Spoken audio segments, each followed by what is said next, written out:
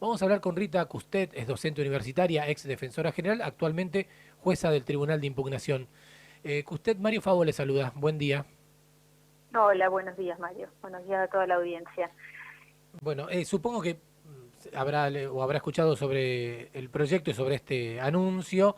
Entiendo que hay que leerlo en concreto para saber específicamente, más allá de la confirmación de que hay una decisión del gobierno de bajar la edad de imputabilidad. Eh, para aquellos que tenemos poca idea del tema o incluso quienes están escuchando directamente lo pasan de largo porque ni siquiera están informados. Eh, la edad de imputabilidad en Argentina es 16 años. ¿Qué pasa cuando Sí, delinque un adolescente que tiene menos de esos 16 años? bien. Claro, el Estado, digamos, lo que hace es renunciar a la facultad punitiva, a la facultad de perseguir y castigar un delito cuando la conducta, digamos, que está en el Código Penal es cometida por un menor de 16 años, ¿no? Lo que hace el Estado entonces es decir que ya no va a intervenir la justicia penal, sino que eventualmente, si hubiera una situación de vulnerabilidad o digamos alguna situación que amerite la intervención del Estado, lo que hace es dejarlo en manos de el sistema proteccional de derechos, que sería la Secretaría de la Niñez. A veces son cosas muy no sé, como, no sé, sacar un chicle de un kiosco, ¿no? Robarse un chicle de un kiosco, una golosina, a veces son conductas un poco más complejas. Bueno, hace poco se Y hizo bueno, y muy en este conocido, caso, Rita, un caso de una chica, de una adolescente que había robado los útiles para ir a la escuela. Porque decía que la mamá no se los podía claro, comprar, lo contó la mamá. sí, Es un caso que recuerdo. fue en Cuyo, creo. Sí, sí, recuerdo Y el caso. se llevó unos útiles. Claro, no es lo mismo si eso lo comete un adolescente o un Mm. adulto con otra conciencia, con otra capacidad de reflexión que si lo hace un niño o una niña. Entonces, digamos, todos los tratados internacionales, UNICEF, siempre recomiendan o en realidad exigen a los estados que exigen una edad límite por sobre la cual el derecho penal puede intervenir y debajo de la cual el derecho penal no interviene, pero el Estado puede intervenir con otros organismos, ¿no? Que no necesariamente sea lo punitivo, lo penal. Está demostrado, digamos, de que muchas de las conductas que se cometen en la niñez y la adolescencia, ya después con una mayor conciencia y desarrollo, no se cometen en la adultez.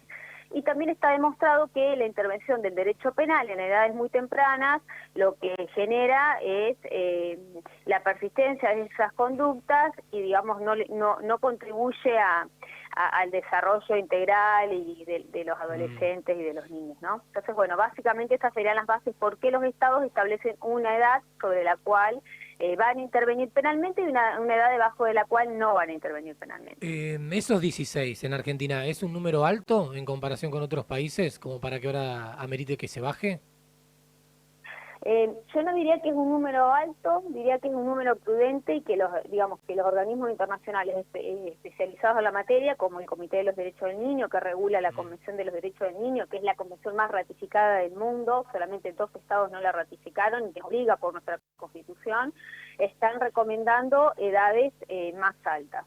Y lo recomiendan en función de los descubrimientos de las neurociencias, ¿no? Que han establecido que la corteza prefrontal del cerebro de los adolescentes no está totalmente desarrollada, que es aquella, digamos, que es lo que posibilita las conductas de inhibirnos ante los impulsos, ¿no? Entonces han descubierto en los últimos años de que el cerebro termina de desarrollarse cerca de los 23, 25 años, depende del caso, y en función de eso están recomendando no solo no bajar la edad de punibilidad, sino aumentarla.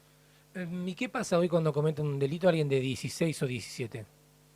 ¿Qué ocurre con En ellos? esos casos sí interviene la justicia porque en ese caso sí son punibles, salvo delitos muy menores, ¿no? Que tienen una pena menor de 2 años, pero en realidad en esos casos sí interviene la justicia y tenemos una ley que permite aplicar medidas socioeducativas e inclusive penas privativas de libertad, ¿no? En general se aplican penas menores que los adultos justamente por esa diferencia la capacidad de discernir y de dirigir la conducta de un adolescente, ¿no? Sobre todo en entornos que se llaman entornos calientes, que es bajo la presión de pares o cuando la afectividad está muy a flor de piel, En esos casos está demostrado, digamos, por las neurociencias, de que los adolescentes tienen menor capacidad de dirigir sus conductas, y por eso es común, es usual, la Corte Suprema así lo ha establecido, que en esos casos, si hubiera una pena privativa de libertad, en general se aplica como una escala menor que la de los adultos, ¿no? Pero básicamente interviene el sistema penal. ¿Y qué pasa con A eso? veces se Sí. imponen medidas y el privativo de libertad, y a veces no, depende del caso, depende de la intervención que haya tenido la Senada, depende de la conducta del adolescente, si se resocializó o no. Bueno, son cuestiones que las juezas y los jueces ponderan a los efectos de establecer la medida. Ujú. Hay una palabra que quedó, me parece que con mucho tiempo, yo no sé cuán aplicable es ahora, que es esa idea de que van a los reformatorios. Bueno, en realidad sí, como vos bien lo decís, hay como esa idea de los reformatorios. Reformatorios es una medida, digamos, que no, o una palabra, una terminología que no se utiliza más, tampoco es, digamos, la pedagogía la que se aplica del reformatorio, pero sí existen lugares que son específicos para privación de libertad. Si se decidiera en última instancia, se trata de no imponer medidas privativas de libertad, pero a veces se considera necesario, se considera justificado. En esos casos, los adolescentes de 16 y 17 años que cometen delitos no van a las cárceles comunes con los adultos, eso está prohibido a nivel internacional y constitucional, pero sí van a otros lugares de alojamiento donde reciben un tratamiento, escolarización, distintos oficios, deportes, digamos, ¿no? A través de la Secretaría de la Niñez se imparten diferentes programas para adolescentes privados de libertad. Bien, estamos hablando con Rita Custet, les cuento para los que se sumaron recién. Rita, no sé si los tiene, pero ¿hay estadísticas respecto a la cantidad de delitos graves que cometen quienes tienen menos de 16 años, como para saber efectivamente si es un universo grande que amerite una reforma tal como la que se está impulsando? En principio, las estadísticas que manejamos quienes trabajamos en el sistema penal a nivel nacional en la Argentina es que los delitos graves rondan el 1% de cometidos por adolescentes no punibles, ¿no? O sea, que no llegan a esta franja de 16 años. Y en la provincia, yo no tengo ese dato específico, pero sí tengo un dato que puede ser indicador de la cantidad de delitos, de la escasa cantidad de delitos que cometen los adolescentes no punibles. Y estábamos repasando antes de tener esta entrevista con ustedes los datos del año pasado, y solo el 1,32% de los delitos que llegaron a formulación de cargo el año pasado son de menores entre 16 y 17 años. Hubo exactamente, ahora lo quería chequear, pero creo que 29, 30 adolescentes entre 16 y 17 años que fueron llevados a formulación de cargo, es decir, que los fiscales y las fiscalas imputaron delito, y esto representa un 1,32% de los delitos cometidos en la provincia. Esto de adolescentes entre 16 y 17 años, como les comentaba, pero obviamente la escala es mucho menor entre adolescentes de menos de 16 años, ¿no? Claro, O sea que hay... yo estimo que, no tengo los datos, habría que chequearlo por ahí con el Ministerio Público Fiscal, pero estimo que debe ser un porcentaje muy, muy ínfimo. Bueno, hay una decisión del gobierno nacional de avanzar con esto, ¿no? Lo han impuesto casi como una marca, como una consigna, que es delito de adulto, pena de adulto. Yo entiendo que no estoy seguro de hasta dónde podemos llegar con su opinión, Rita, teniendo en cuenta que en algún momento le toque tratar alguno de estos temas y su opinión amerite que sea impugnada justamente en el Tribunal de Impugnación. Pero si me lo puede contestar, me vendría muy bien. Eh, Sí, yo les puedo contestar en general lo que dicen las neurociencias y lo que dice el Comité de los Derechos del Niño, porque eso es, digamos, información que nosotros no solo podemos, sino que debemos manejar.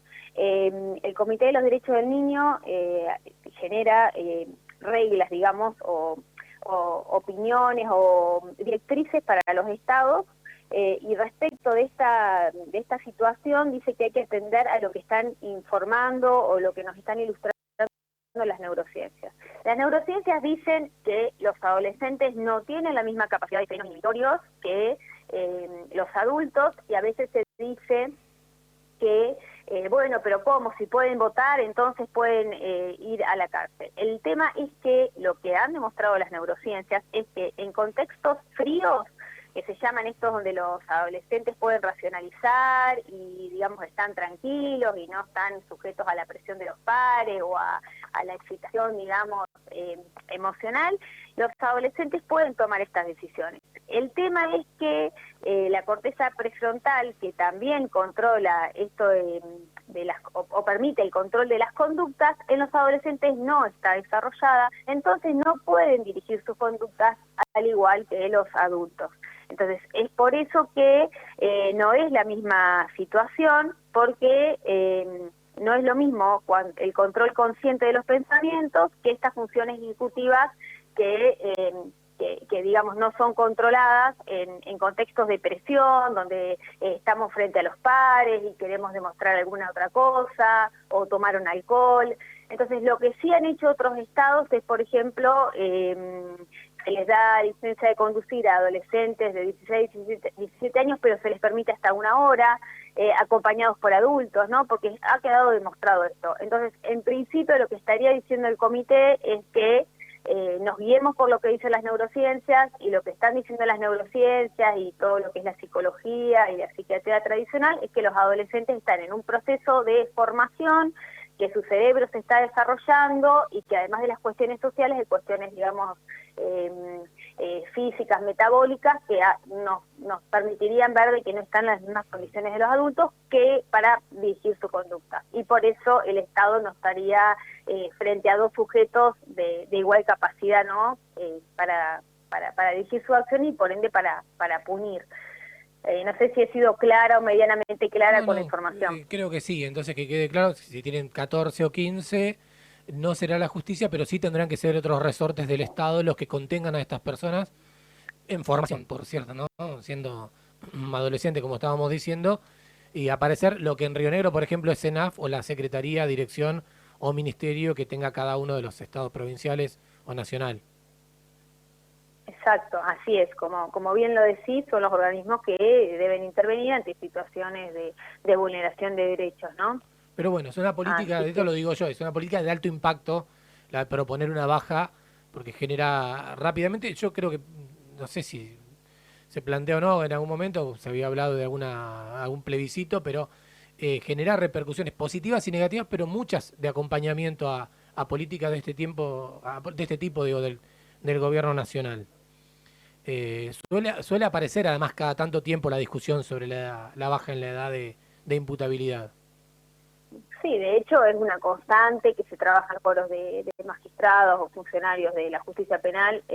La verdad es que con la gente que trabaja estos temas, la mayoría, al menos la gente que yo conozco, las discusiones de las que he presenciado, en general se está siempre en contra de la baja de la punibilidad porque tal vez tenga un alto impacto mediático, pero si vamos a los números, que como lo que yo te comentaba recién, al menos en Río Negro, la realidad que conocemos es que tendría muy bajo impacto porque no tenemos prácticamente delitos, al menos de los que conocemos en la judicatura, de menores de 15, 14, 15 años, ¿no? Claro, después hay una cuestión política, y desde el gobierno lo dicen en el mismo comunicado, se habla del zafaronismo, asociando este tipo de políticas a Eugenio Zaffaroni, no recuerdo otro nombre, creo tenía si era Raúl Eugenio Zaffaroni, Sí.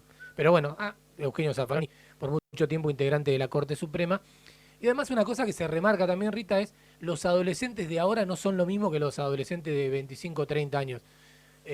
Digo esto pensando en lo que me marcaba de el estudio de la neurociencia y la corteza frontal a la hora de definir la formación que hay y el tipo de conducta que puede tener una persona en formación como es un adolescente. Estos estudios que me mencionan, no sé cuándo habrán sido hechos o cuánto puede haber cambiado la adolescencia en estos 20 o 30 años a la hora de estimar qué responsabilidad o conciencia pueden tener al momento de realizar o llevar adelante un hecho delictivo. Y pareciera que, digamos, que más allá de las neurociencias, lo sociológico también influye en nuestra formación, ¿no? Basta ver cómo nos criaron a nosotros y cómo criamos nosotros a nuestros hijos, y digamos que hay una diferencia Pero bueno, más allá de las consideraciones sociológicas y que pueden ser además particulares en cada caso, y más allá de lo que diga Zaffaroni, lo cierto es que el Comité de los Derechos del Niño a nivel mundial, con expertos específicos en la temática de diversas disciplinas, están señalando esto que yo les comentaba, ¿no? Decirles a los estados no bajen la edad de punibilidad y en lo posible elévenlas y atiendan a las neurociencias, ¿no? Y también hay una construcción de género que hay que ver, bueno, ¿no? Porque si vemos las estadísticas, en general son varones los que tenemos en el sistema penal juvenil, entonces hay que ver cómo estamos construyendo las masculinidades, ¿no? La agresión como forma de subir en la jerarquía social, digamos, de tomar relevancia en el grupo de pares. Habría como que analizar varias cosas, que tal vez sea un buen momento también para ese debate. Rita, gracias por este tiempo. Muy amable. No, les agradezco a ustedes y gracias por ocuparse de temas tan relevantes como este. Que tengan un buen día y saludo para toda la audiencia. Saludos, muchas gracias.